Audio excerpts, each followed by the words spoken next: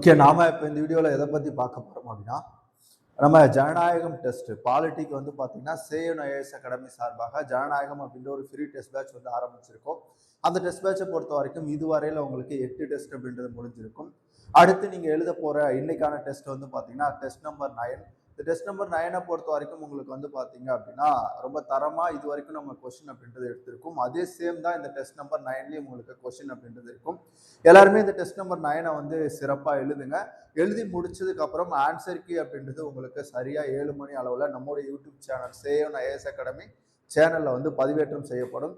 அதை பார்த்தீங்க நீங்க என்ன பண்றீங்க அப்படின்னா ஆன்சர் கீ குறிச்சிட்டு அதுக்கு கீழே இருக்கக்கூடிய குறிப்பா டிஸ்கிரிப்ஷன் கீழே இருக்கக்கூடிய கூகுள் ஃபார்ம்ல உங்களுடைய நேம் அப்படின்றதும் அதே மாதிரி நீங்க எவ்வளவு கொஸ்டின் போட்டிருக்கீங்க அப்படின்றதையும் அதுல வந்து பாத்தீங்கன்னா பதிவு பண்ணுங்க. அப்பதான் உங்களுடைய ஓவரால் ரேங்க் அப்படின்றது தெரியும்.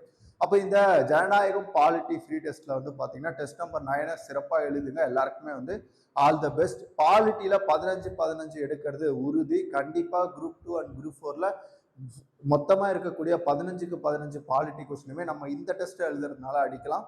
உங்களுக்கே தெரியும் கொஸ்டினுடைய தரம் எப்படி இருக்கு அப்படின்னு சொல்லிட்டு எல்லாருக்கும் ஆல் த பெஸ்ட். நல்லா பண்ணுங்க.